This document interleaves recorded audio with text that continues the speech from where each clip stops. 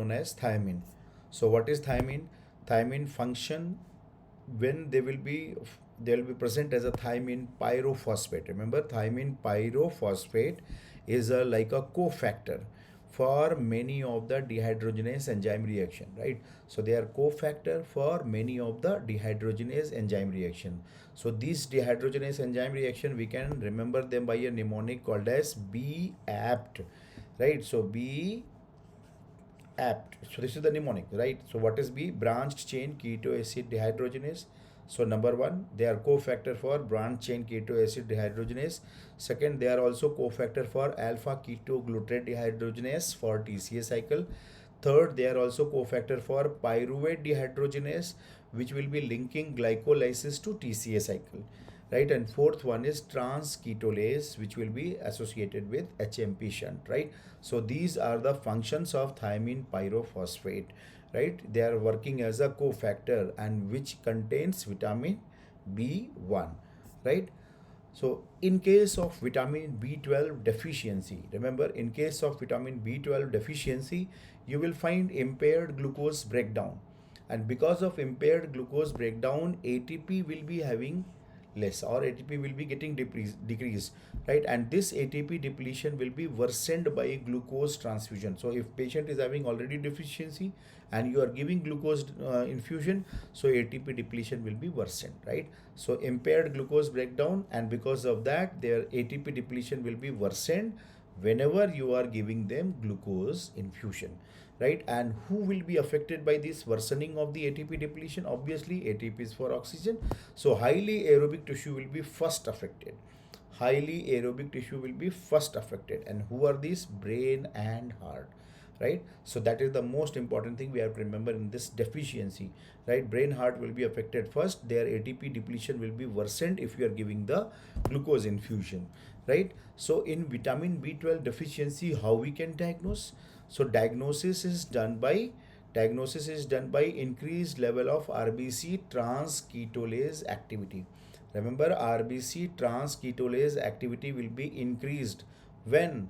After giving the vitamin B1, right? So when you will give vitamin B1, there will be increased level of RBC transketolase activity, and that will be diagnostic of the vitamin B12 vitamin B1 deficiency, right? What are the disorders in the vitamin B1 deficiency? Number one is Wernicke encephalopathy. So what is Wernicke encephalopathy? It will be acute and reversible. Remember, acute, reversible, but life-threatening neurological condition. So acute, reversible, life-threatening neurological condition. And what will be the symptoms? Symptoms we can remember by a mnemonic called as NACO, right? And as you will see the nystagmus, because of that deficiency, you will find ataxia, they will have confusion, and they will have ophthalmoplegia, right? So these are NACO: nystagmus, ataxia, confusion, and ophthalmoplegia. These are the findings you will see in the Wernicke encephalopathy.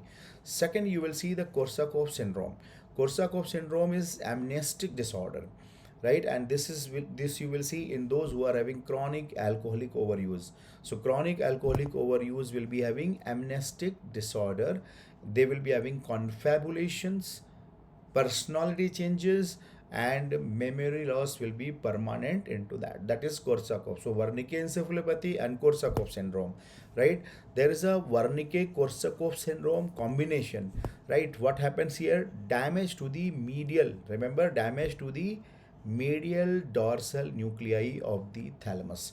So here thalamus will be damaged, here thalamus will be damaged, and in thalamus also medial dorsal nucleus will be damaged, right? And this will be causing damage of the mammillary bodies. So what will happen? They will have combination of Wernicke encephalopathy and Korsakoff syndrome. And fourth, and the very important thing which examiner asks, Beriberi. If you look at the name, Beriberi disorder, right? Beriberi, if you look at the end, you can see this looks like a 1. So that means vitamin B1, Beri, B1, B1. So beriberi, it's a mnemonic, right? So beriberi disorder is because of vitamin B12 deficiency. So beriberi disorder is of two types: dry beriberi and wet beriberi syndrome. So dry beriberi disorder, you will have a polyneuropathy and symmetrical muscle wasting. Remember, beriberi dry Beriberi dry will be having, dry means they will have only neuropathy and they will be having symmetrical muscle wasting. Wet, why we will be calling? Because there is a cardiac involvement, right? So high output cardiac failure will be seen in beriberi because of systemic vasodilation, right? So these are important point about vitamin B12. So keep revising this for your upcoming exam, and my best wishes to all of you for your exams.